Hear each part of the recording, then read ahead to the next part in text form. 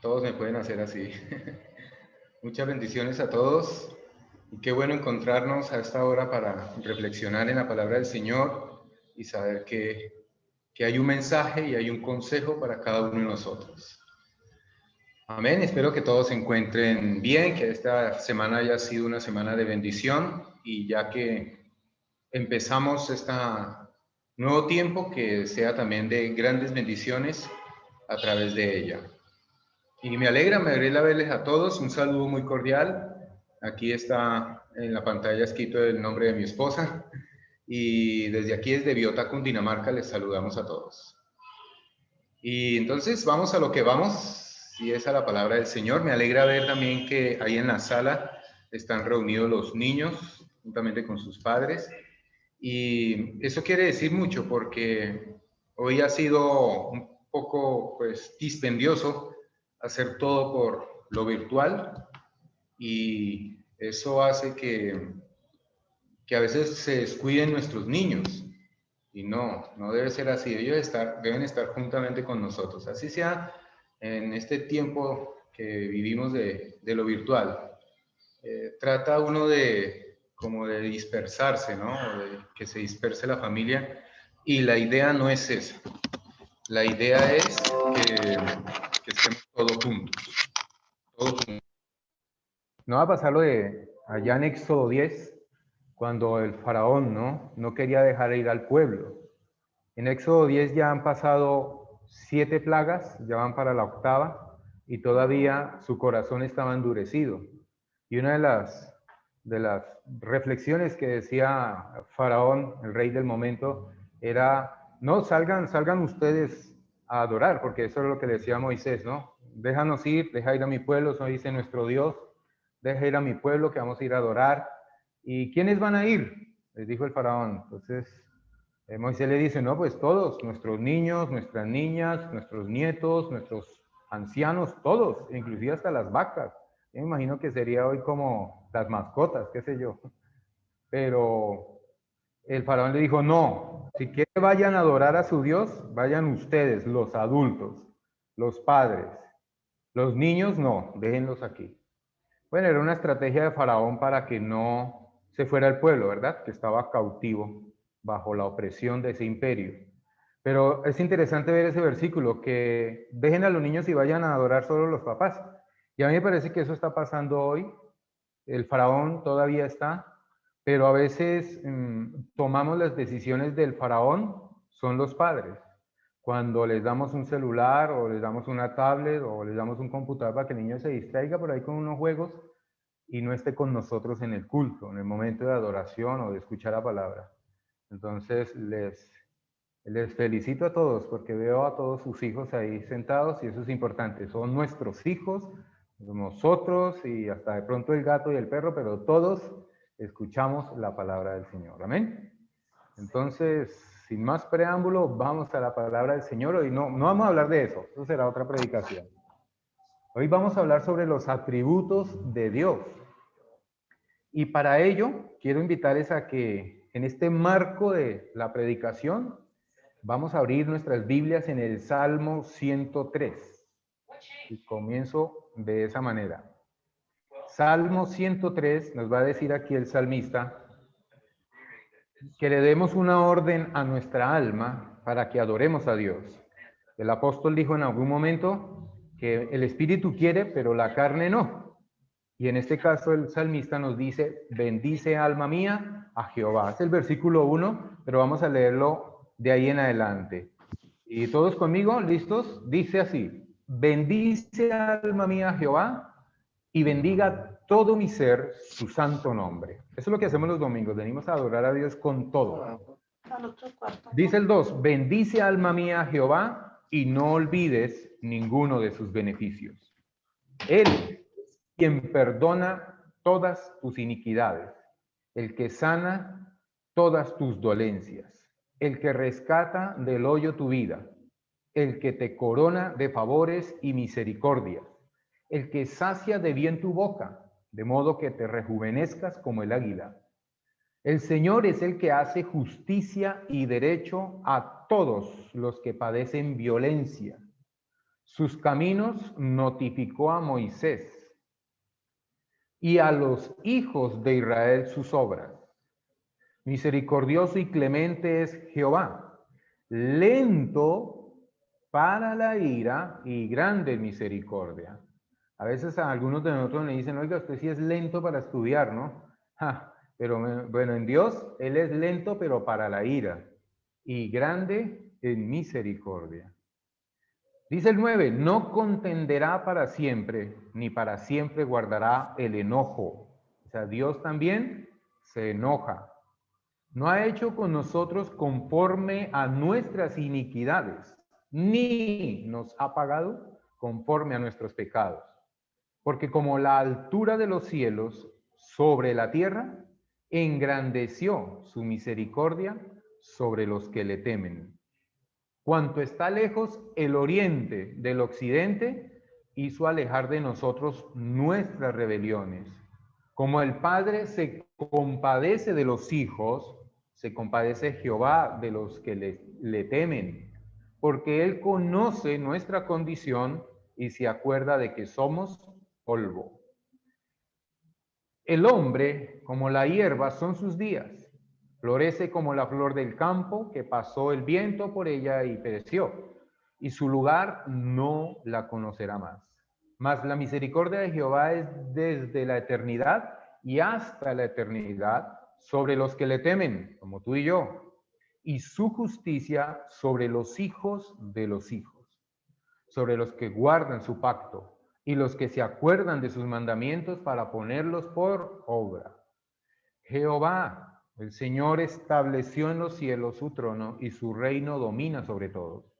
Bendecid a Jehová vosotros, sus ángeles, poderosos en fortaleza, que ejecutáis su palabra, obedeciendo la voz de su precepto.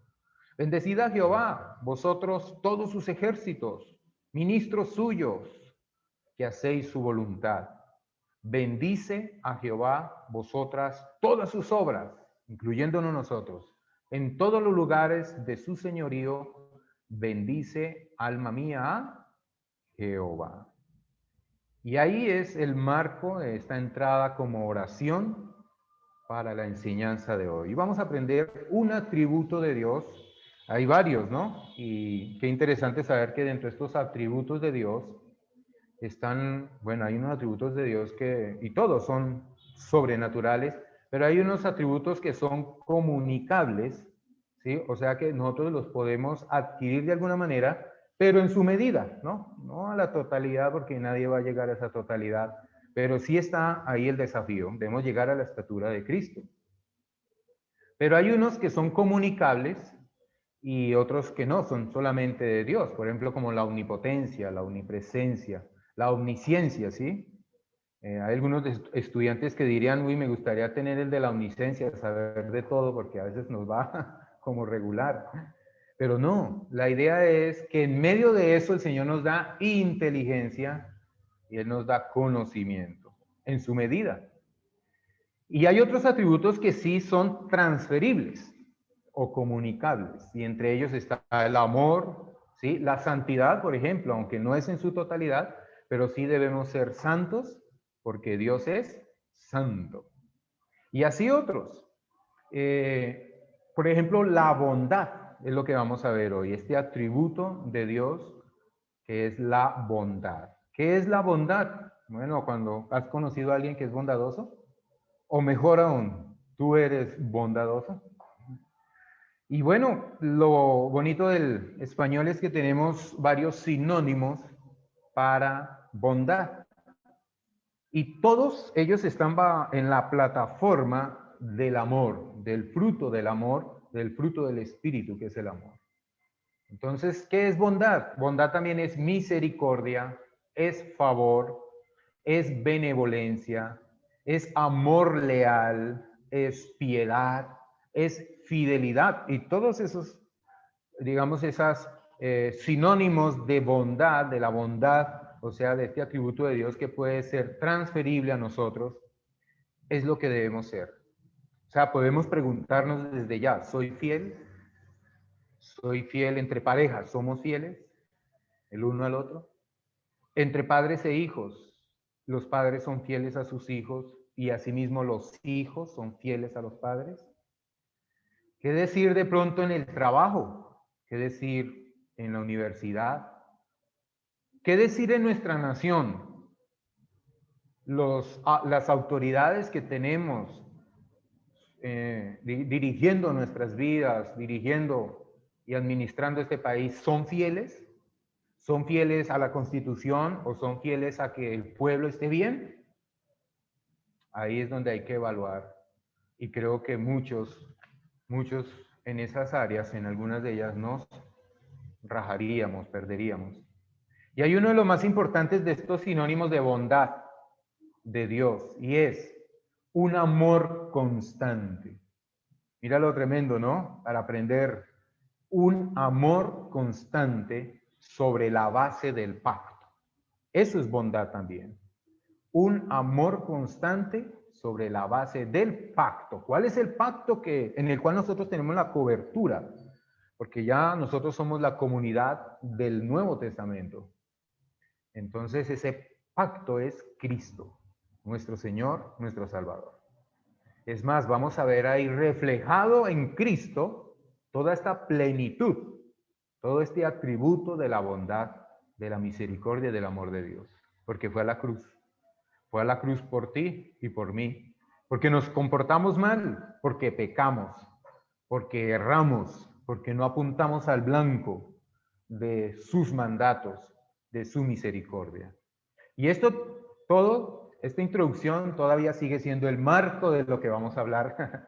Pero quiero invitarles ahora sí a que abran sus Biblias también, corran un poquitico hacia adelante de Salmos. En Nahum, el profeta Nahum, capítulo 1. El profeta Nahum, capítulo 1. Casi de Nahum no se escribe o no se hacen muchas enseñanzas o es muy esporádico. Nahum es uno de los que se llaman profetas menores. No es porque sea tal vez un hombre pequeño, sino es porque la densidad del libro es muy pequeña, a diferencia de Isaías, ¿no? Jeremías, que son grandes, son extensos, Daniel, entonces por eso se les dice profetas mayores, profetas menores. Y Nahum solamente tiene 3 capítulos. Y yo no sé si alguien le diera por hacer un devocional o un tiempo a solas con Dios con Nahum, yo no sé cuál sería su resultado, porque Nahum habla es de juicio, habla es de castigo hacia un determinado pueblo, hacia una determinada nación. Entonces ahí vemos es como digamos, la furia de Dios o la venganza de Dios por algunas cosas que se hacen mal, o algunas no, muchas cosas que se hacen mal y que se están haciendo en esa nación. Dice allí Nahum 7, Jehová es bueno. Recuerda que estamos hablando en el atributo de Dios, que Él es bondad. Jehová es bueno, fortaleza en el día de la angustia y conoce a los que en Él confían. Entonces aquí tenemos algo muy interesante. Dios conoce a los que confían en Él. Claro, por supuesto, en la omnisciencia de Dios, Él nos conoce. Y quiero dar entonces un marco histórico de lo que nos dice Nahum con respecto a ello en toda la panorámica. Así como hay otros versículos, dice en Nahum, mía es la venganza, yo pagaré. O sea, hablando del juicio del Señor que iba a hacer a través de la profecía o el mensaje de Nahum hacia Nínive. Y hay otros pasajes. Recuerda que estamos hablando del Dios amoroso y tal vez nos han predicado, la mayoría de las predicaciones son Dios es amor, Dios es fiel, Dios es misericordioso, Dios es sanador y por supuesto que lo es, ¿no? Dios es salvador, pero aquí estamos viendo a Dios totalmente diferente. Y los versículos que nos acompañan en esta parte de Él es, mía es la venganza, yo pagaré, siendo Dios bueno. Pero mira lo que dice Deuteronomio 32:35. Dice así: mía es la venganza y la retribución. A su tiempo su pie resbalará, porque el día de su juicio llegará. Eso es lo que dice Deuteronomio. Romanos 12:19 dice: no os venguéis vosotros mismos, amados míos, sino dejad lugar a la ira de Dios, porque escrito está: mía es la venganza, yo pagaré, dice el Señor, que está cercano y que les está preparando este juicio con presura. Y Hebreos 10:30 nos dice: pues conocemos al que dijo: mía es la venganza, yo daré el pago, dice el Señor. Y otra vez, el Señor juzgará a su pueblo. O sea, totalmente estamos viendo que cuando el pueblo de Dios, o cuando las personas que oprimen al pueblo de Dios no obedecen sus mandatos, va a venir la venganza del Señor. Él pagará esa opresión. Él juzgará a los pueblos. Pero luego no estamos hablando del atributo de Dios, que es bondad. Claro que sí. Y vamos entonces a ver este contexto histórico de Nahum. Hemos leído anteriormente. La brutalidad humana es grave insulto a la justicia de Dios. Esta es la vista panorámica de Nahum. Tales casos claman que se lleve a efecto la venganza de Dios. Asiria era una nación poderosa que se enorgullecía de su violencia al glorificar la crueldad de sus soldados y reyes. Tal actitud es abominación. Y yo creo que eso es una constante de nuestras naciones, de este planeta que digamos está viviendo una situación como de juicio. Pero sin embargo, estamos viendo que sí hay violencia en todos los estándares. Es más, en pandemia se ha descubierto que hay más violencia intrafamiliar, o sea, dentro de nuestras casas, allí en nuestra sala, en nuestro comedor. Sin embargo, el Señor está diciendo, tal actitud es abominación, y Nahum declaró que Dios juzgaría su capital, que era Nínive, una ciudad sangrienta, como lo dice ya el capítulo 3, versículo 1. Recuerda que Nahum tiene solo 3 capítulos. Parece irónico que alguien cuyo nombre, que es Nahum, significa consolador. ¿A quién más conoces en la Biblia como consolador? Ah, ya te acuerdas, ¿no? El Espíritu Santo de Dios. Él también es conocido como el consolador o el compasivo. Y a él se le encarga la tarea de anunciar un juicio de venganza. Es confrontante, ¿verdad? Luego, ¿no es el Dios de amor? El mensaje de la destrucción del enemigo traería consuelo a Israel. En realidad, Nahum se regocijaba de que la justicia de Dios estaba siendo vindicada. Nahum, que es el autor del libro que lleva su propio nombre, era nativo del pueblo de Elcos, lo dice allá el capítulo 1, versículo 1, y él profetizó cuando Asiria era el imperio dominante en el momento histórico donde él estuvo ministrando o desarrollando su ministerio. Y en ese momento, Nínive era la ciudad más poderosa. Ahí podemos ver que el rey de Asiria era Esar-Adón, ya había conquistado Egipto. Su hijo Asurbanipal fue un rey muy erudito que estableció grandes bibliotecas y palacios hermosos en Nínive. O sea, era una ciudad que florecía.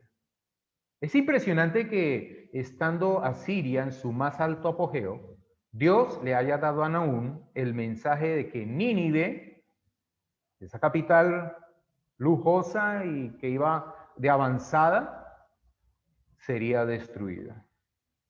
Nínive era una ciudad muy antigua, construida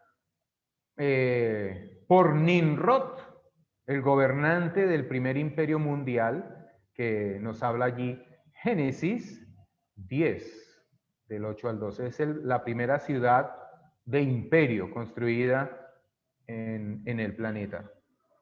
Una ciudad magnífica en el tiempo de Jonás. Y aquí es donde podemos ver también a otro profeta que fue enviado a predicar a Nínive, y todos nos acordamos de Jonás, que él quiso huir, evadir esa responsabilidad de ir a predicar a Nínive. ¿Cuáles serían las noticias en ese momento? ¿Qué sería lo que escuchó en las redes sociales del entonces Jonás? ¿Qué escuchó? ¿Será que es algo parecido a nosotros lo que escuchamos, donde todo es violencia, donde todo es muerte, donde todo es conspiraciones? Bueno, en todo caso se veía que esa ciudad, aunque también en tecnología estaba a flor de piel, también su violencia y sangre derramada, como los que escuchamos nosotros en nuestras ciudades, ¿no? Por quitar una bicicleta, por quitar una moto, por quitar un celular, hasta se paga el precio con la vida. Así que esta ciudad magnífica en el tiempo de Jonás sí se arrepintió por el mensaje de este profeta, y su destrucción fue demorada aproximadamente 100 años. Imagínense cómo sería el esplendor de esta ciudad. Más adelante fue reedificada y fortificada por Sennacherib. Estoy hablando más o menos en el 705 a.C., el padre de Esardón. Nínive tenía un formidable sistema defensivo que consistía de muros de unos 20 metros de alto y unos 20 kilómetros de largo que rodeaban la ciudad. Se parece por ahí a un presidente que quiso levantar un muro, ¿no?, en su país. Bueno, tenía muchas torres y 15 portones principales. Esta era la ciudad cuya caída Nahum predijo. Una coalición de babilonios, de medos y escitas, o sea, se reunieron estos ejércitos y fue cuando destruyeron a Nínive, mucho tiempo después de que Jonás predicó y el pueblo se arrepintió. Y en ese momento el juicio de Dios no llegó, se postergó. Bueno, esta ciudad quedó destruida, y cuando vino Alejandro Magno, cuando pasó por el sitio anterior donde era Nínive, él no advirtió, o sea, no reconoció que había allí estado Nínive, la gran metrópoli del entonces. Así que la profecía de Nahum, que nos corresponde hoy, se cumplió al pie de la letra en el año 612 antes de Cristo. Ahí se cumplió esta profecía. Todo esto en el marco de lo que es la constante del ser humano. ¿Qué es lo que tiene el ser humano en su condición de pecador? Hay violencia, hay muerte, hay violaciones, hay opresión. Y todo esto es injusto. Y por supuesto que sabemos de la injusticia social que pasa en nuestros pueblos, que pasa en nuestras ciudades, en nuestras naciones y en el mundo entero. Injusticia social. A veces uno quisiera en algunas cosas que escucha decir, uy, es que si estuviera en mis manos, ¿qué no le haría, verdad? Porque quisiéramos tomar la justicia por nuestras manos. Hay momentos en que este pueblo, hablando de nuestra sociedad, ha querido tomar venganza, ¿sí?, de los atracos, de los ladrones, y hemos visto esas grabaciones donde casi asesinan a las personas. Porque claro, hay una injusticia, es que no cabe en ninguna mente lo que está pasando en nuestra nación, en nuestro pueblo, en nuestro entorno. ¿Se percibe seguridad o no? Ese es lo que dicen las autoridades. Pero el Señor nos está diciendo que es por la condición del ser humano.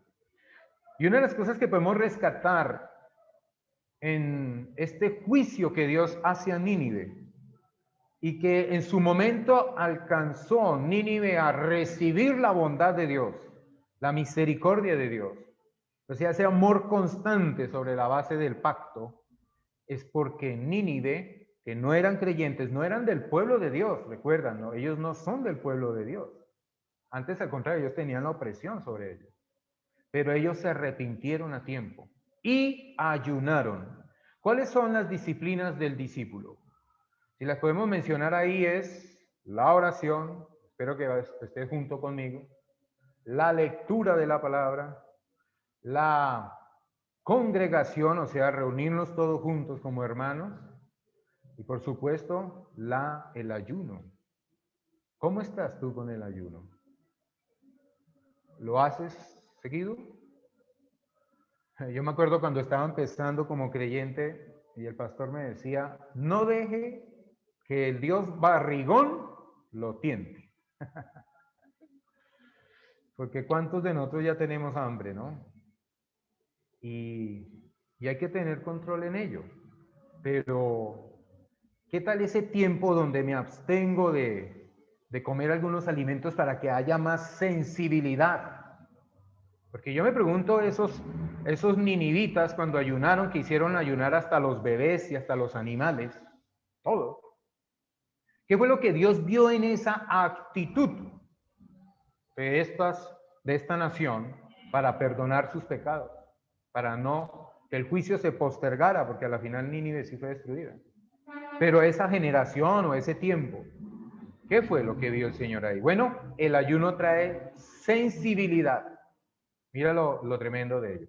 El ayuno trae sensibilidad del alma, como leíamos anteriormente en el Salmo 103. Alma mía, alaba al Señor.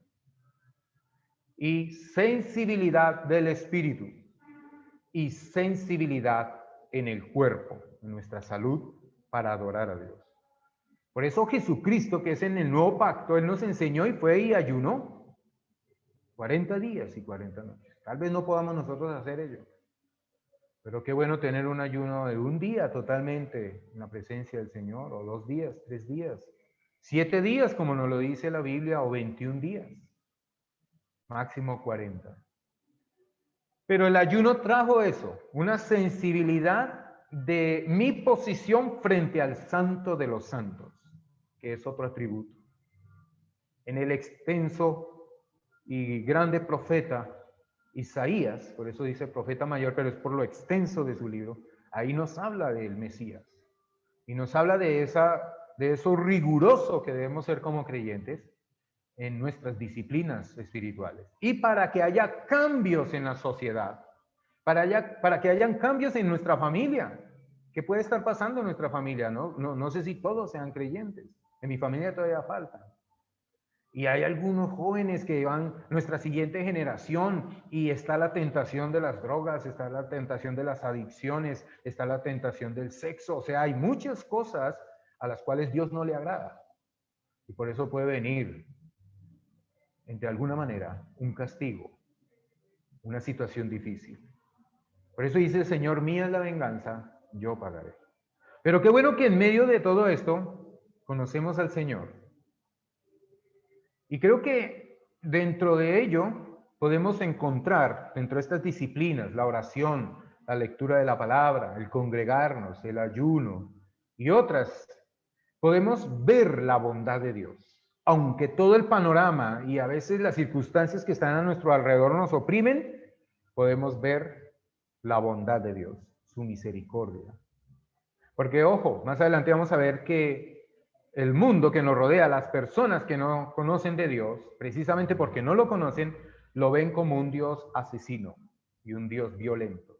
Yo me he encontrado con esas personas que me dicen, pero usted, ¿cuál Dios me viene a predicar? ¿El del Antiguo Testamento que mataba a todos?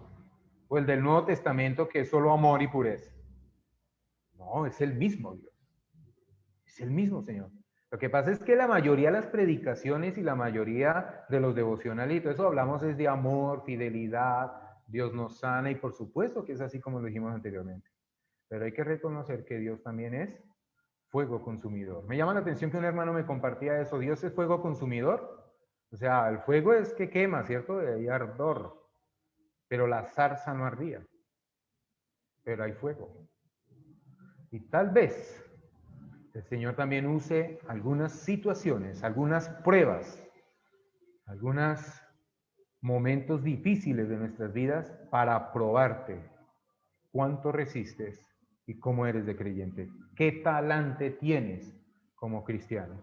en medio de estas dificultades. Así le pasó a Nahum, así le pasó a Jonás. Hablamos anteriormente que el nombre de Nahum significa consolador. Y este profeta enfila su mensaje hacia Nínive, la ciudad opresora de pueblos, entre ellos Israel.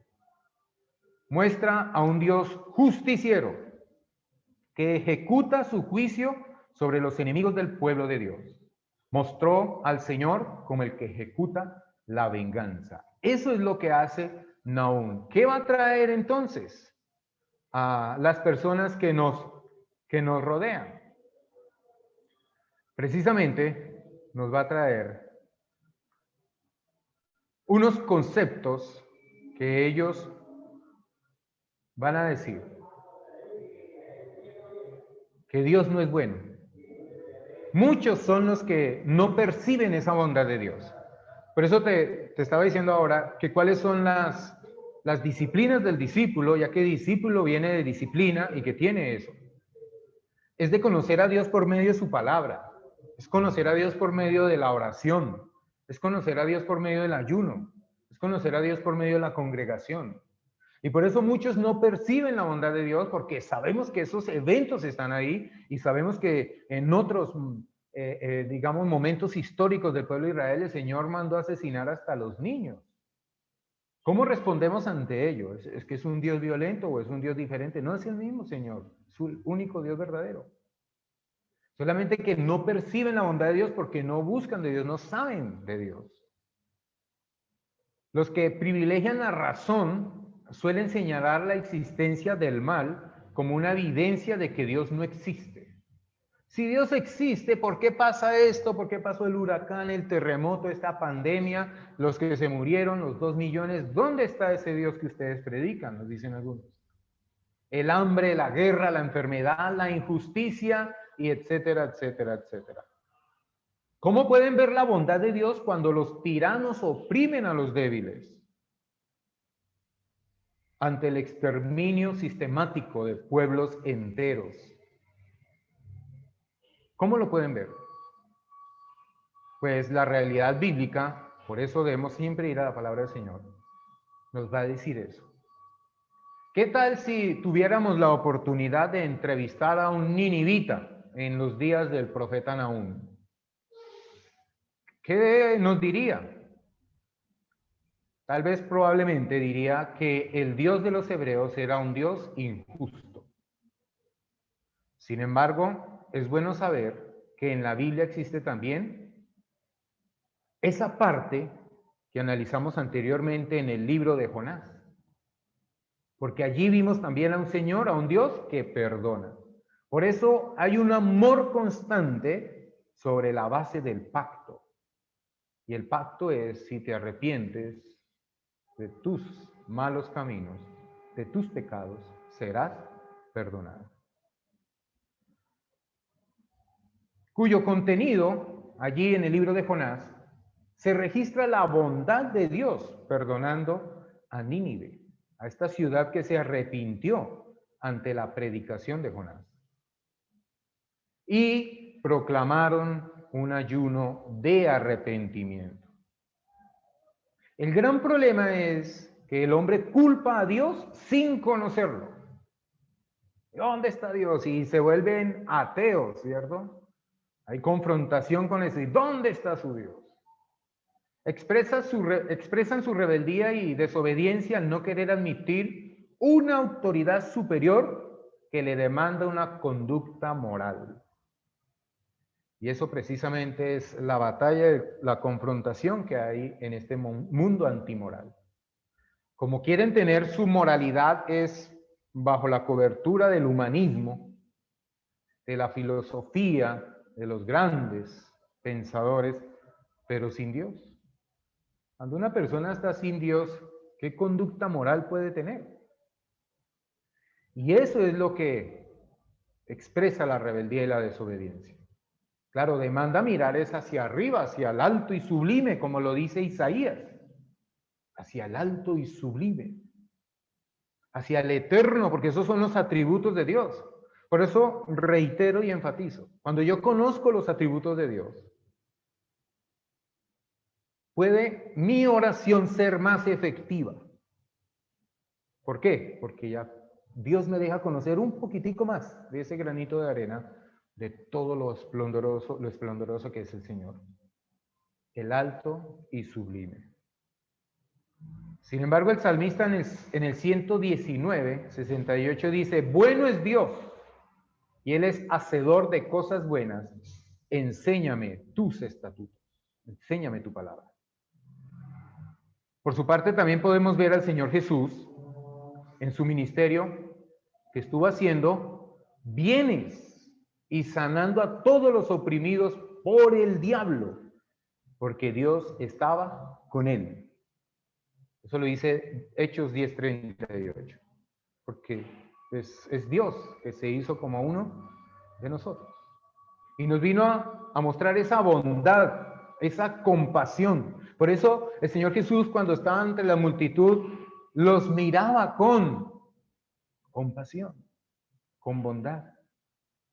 Y tal vez eran unos violentos, algunos eran alzados en armas, habían dentro de su propio grupo traicioneros, los que lo iban a negar, los que no creían en él, pero sin embargo él los miraba con compasión. Este es el atributo de la bondad de Dios. ¿Será que nosotros también podemos mirar a otros con compasión?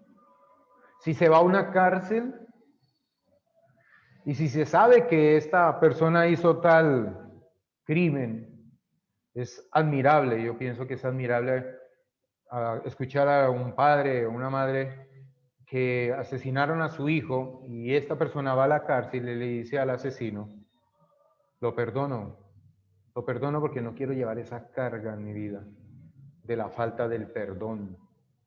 Y eso es bondad. Y eso es lo que el Señor nos enseña en esta mañana.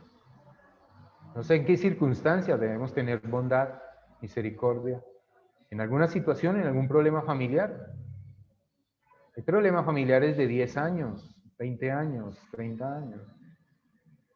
Por ahí escuchaba un mensaje de dos hermanos, que seguramente por la herencia que les dejó el papá, desde que murió él empezaron a pelear, me imagino que fue por la herencia, y en el juzgado el proceso era inmenso, o sea, mostraban una fila casi que le llegaba a la persona desde los pies hasta la cintura. Y era solamente de dos hermanos, y que ellos se murieron al final y no se arregló nada. Terminaron arreglando todo, fueron los hijos de ellos, o sea, entre sobrinos, entre primos. Pero y estos dos hermanos se fueron a la eternidad sin perdón y sin bondad. En definitiva, podemos observar que cada uno de los elementos de la creación que gira a nuestro alrededor grita que Dios es bueno. Él es bueno y misericordioso. ¿Cuál sería nuestra responsabilidad frente a ello? Frente a estos ataques que recibimos como cristianos. Y yo me imagino en aquellos países, porque esto nos sirve para orar, y es más, ahorita vamos a orar por ello, por los misioneros que están en ciertos lugares del mundo, que están siendo perseguidos, que tienen que esconderse, que están pagando cárcel, algunos pena de muerte, por hacer la labor de Nahum o hacer la labor de Jonás. ¿Qué decir de África? ¿Qué decir allá de China misma? ¿Qué decir de nuestros pueblos latinoamericanos, aquí mismo en nuestra Colombia, en las etnias indígenas?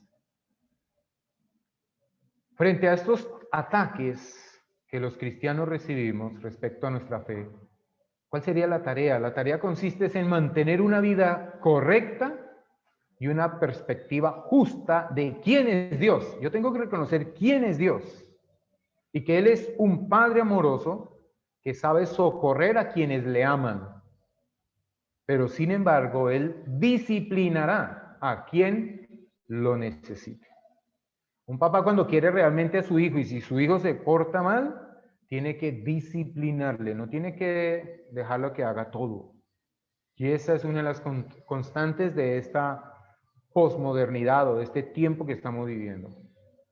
Como Faraón, en el comentario que hice anteriormente, deja a tus hijos aquí Déjalos aquí en la virtualidad, déjalos aquí jugando, déjalos en el Xbox, y que no sepan nada de Biblia y que no se congregue con nosotros y que no oren con nosotros. No, pues ellos van a coger por rutas diferentes y ahí es donde el papá tiene que llamar la atención, disciplinarle. Por eso de antemano tenerlos con nosotros, no dejar que el faraón del hoy, que pueden ser hasta nuestras propias decisiones, se lleven a nuestra familia, se lleven a nuestros hijos. Es más, hoy se evalúa, no, más bien se saca un porcentaje, que muchos son los jóvenes que ya no creen en Dios. Es más, dicen que Dios debe ser para los papás, para los adultos. Que los jóvenes deben estar ahora en otras cosas, en juegos extremos, disfrutando de las aventuras, disfrutando de lo virtual. Pero no, Dios no es para mí. ¿Sabe cuánto es ese porcentaje? El 80% y es en hogares cristianos. El 80%, que muchos de los jóvenes, de los hermanos, de las familias, no están con ellos asistiendo a iglesia, asistiendo a estas reuniones. Por eso, si el papá ama a su hijo, debe disciplinarle así como Dios hace con nosotros a través de los juicios. Dice Romanos 12:22, mira pues la bondad y la severidad de Dios. La severidad ciertamente para con los que cayeron, pero la bondad para contigo. Si permaneces en esa bondad, pues de otra manera tú también serás cortado. Romanos 11:22 dice eso. Entonces recordemos en esta mañana que Dios siempre es bueno. Así solamente saquen los versículos de esas tragedias, de esas calamidades, de esas guerras. Pero había algo ahí detrás de todo eso. Dios es amor, es misericordia, es bondad, eso es su atributo. Entonces recordemos siempre eso, Dios es bueno, Él es la fortaleza en el día de angustia y conoce a los que en Él confían. Lo leímos allí en 1:7. Dios es bueno, fortaleza en el día de la angustia y conoce a los que en Él confían. ¿Qué tal si lo repiten conmigo todos? De nuevo, ¿listos? 1, 2, 3. Jehová es bueno, fortaleza en el día de la angustia y conoce a los que en Él confían. Esa es la verdad central. La verdad central hoy de este texto es: experimentemos y reflejemos la bondad de Dios en nuestras vidas. ¿Qué es lo que vamos a hacer nosotros con este mensaje? Experimentemos y reflejemos la bondad de Dios en nuestras vidas. Por eso Cristo es el representante mayor en nuestras vidas. Él mostró su bondad cuando estuvo en su ministerio, cuando vino al plan de salvación. Allí en la cruz del Calvario, cuando fue maltratado por una horde de personas, por un pueblo sangriento y violento, que hasta la última gota de sangre Cristo derramó para el perdón de nuestros pecados. Y sin embargo, Él allí en la cruz, teniendo el poder, siendo Dios mismo, siendo justo, sin embargo, de su boca que salió las palabras: Padre, perdónalos, porque ellos no saben lo que hacen. Es Dios mismo, del que estamos hablando aquí, de lo que predicó Nahum. Por eso debemos avanzar. Isaías 5:20 dice: hay de aquellos que a lo malo llaman bueno y a lo bueno llaman malo. Esa es una constante del hoy, ¿no? En esta sociedad. Y dice el Señor: hay de aquellos que ahora le llaman bueno a lo malo y a lo malo es bueno. Ahora es malo reunirnos en las iglesias. Ahora es malo reunirnos a orar. Ahora es malo llevar a nuestros jóvenes a la iglesia, a nuestros niños. Dios ha preparado buenas obras para que andemos en ellas. ¿Qué obra podemos hacer hoy? ¿A quién puedes llamar y decirle: voy a orar por ti? ¿A quién le vamos a decir esta palabra de bendición? Porque de eso se trata también la predicación. Bueno, ¿y qué hago yo con ella hoy? Tal vez haya alguien que esté pasando una difícil prueba o dificultad. Para ella puede ser que Dios no existe, que no crea en que va a salir de ello. Pero oremos por ello. Oremos para que nosotros podamos tener discernimiento espiritual y claridad para emitir juicios justos. Debemos orar por ello. ¿Por qué vamos a orar? Discernimiento espiritual y claridad de criterios para emitir juicios justos. Porque a veces nos enceguecemos por la ira, por el enojo, y tal vez emitimos un juicio antes de todo. Y tal vez no era así. Oremos para que haya justicia para quienes sufren opresión. Aquí nomás, nuestro país vecino, hay una opresión por la cual los ciudadanos salen a diferentes partes del mundo. Y eso trae dificultades sociales. Y esa es la opresión del día de hoy. Y Dios está viendo eso. Porque debemos permanecer. Oremos también para permanecer en la bondad de Dios. Quiero que incline su rostro y oremos al Señor. Yo veo que usted tiene personas también que tal vez ha llegado a sus vidas alguna dificultad, alguna situación difícil. Pero que el Señor nos ayude a conocer esa parte del amor. Y dentro de esa bondad está también orar los unos por los otros. Que yo pueda orar por aquellos que son como si fueran mis enemigos. No, no lo son. El Señor dice, mía es la venganza, yo pagaré. Padre eterno, en esta mañana te damos las gracias, Señor, por tu palabra. Gracias por lo que aprendemos a través de estos profetas, Señor. Tal vez un libro que no se lee mucho porque ahí hay mucha violencia, mucho juicio, mucho castigo. Pero realmente, Señor, reconocemos que sí lo merecemos. Esa es nuestra condición frente a Cristo, frente al Santo de los Santos. Por eso hacemos la Santa Cena, porque es en memoria de lo que hiciste en la cruz del Calvario. Porque no es por mis actos morales ni por mis buenas obras que llegaré al cielo. No, solamente es porque creo en mi Salvador, creo en el Cristo de la gloria, en el Dios justo y bueno, que por su bondad se hizo como uno de nosotros para sufrir toda la carga y la violencia de una humanidad, Señor, que es opresora, que es, Señor, violenta, que está cargada, Señor, de tanta violencia, Señor, en todo ámbito. Por eso oramos, Señor, para tener ese discernimiento espiritual. No estoy orando por un discernimiento filosófico, ni un discernimiento psicológico, ni un discernimiento social o político. No.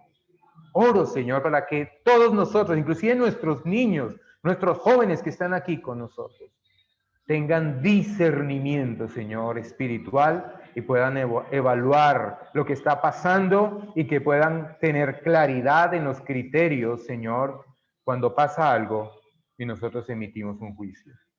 Dios, ayúdanos. Fortalécenos y guíanos, Señor.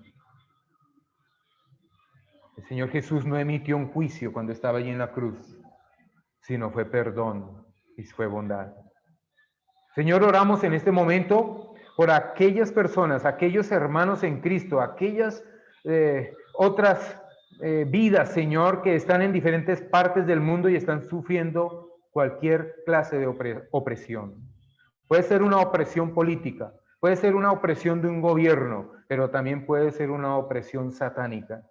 En este momento, Señor, oramos para que ellos tengan la fortaleza y tu espíritu llegue a sus vidas, tu palabra llegue a sus vidas, Señor, y conozcan del amor y de la bondad del Señor, del Salvador, y así puedan, Señor, superar estas pruebas.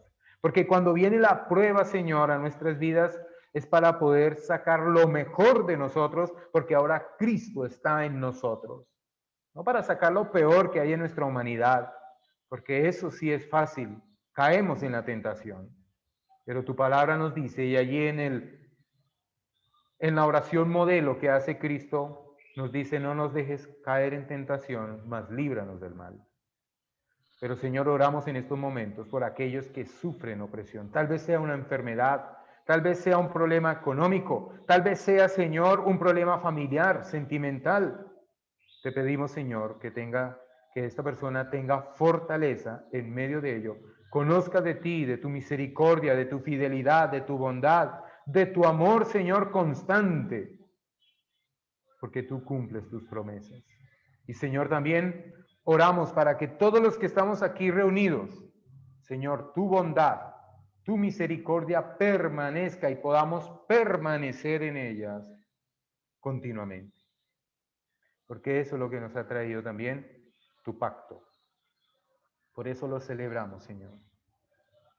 Lo celebramos sabiendo, Señor, que en la cruz del Calvario tú nos diste el perdón. Fuiste bondadoso con cada uno de nosotros. Y por supuesto que si alguien peca en el futuro, o sea, mañana, pasado mañana, ya tiene el perdón de Dios. Pero que no sea una constante, sino que sea un arrepentimiento genuino. Y que podamos orar, ayunar, entregar tiempos de disciplina al Señor Dios Todopoderoso. Porque Él lo ve todo, Él es omnisciente. Porque Él es santo, 3 veces santo. Porque Él es eterno, por siempre y para siempre, pero nosotros somos temporales. Lo leíamos en el Salmo. Como la flor del campo. En la mañana está bien y en la tarde ya se marchitó. Pero también, Señor, tú eres omnipotente. Tú estás, Señor, en esos momentos difíciles donde hay algo, una situación imposible para nosotros, que no hay solución de ninguna manera. Para ti todo es posible. Por eso oramos, Señor, con conocimiento, Señor. Y efectivamente, como nos lo dice tu palabra, porque ese eres tú. Y estás con nosotros, eres omnipresente, Señor. Estamos distanciados los unos de los otros. Gracias por estas herramientas virtuales. Pero tú estás en cada hogar, en cada casa, en cada familia. Y oramos en este momento, Señor, para que tu presencia esté en cada hogar, esté en cada corazón, esté en cada familia. Y podamos decir, oh alma mía, adora a Jehová. Adora al Señor. Gracias te damos en esta mañana, Señor, por escuchar nuestra oración. Porque tú inclinas tu oído para escuchar la voz de aquellos que en Él confían. Dice el Señor, y conoce a los que en Él confían. Tú y yo confiamos en el único Dios verdadero y en el Salvador de nuestras vidas. Amén. Muchas bendiciones, mis hermanos. Muchas gracias por la atención prestada.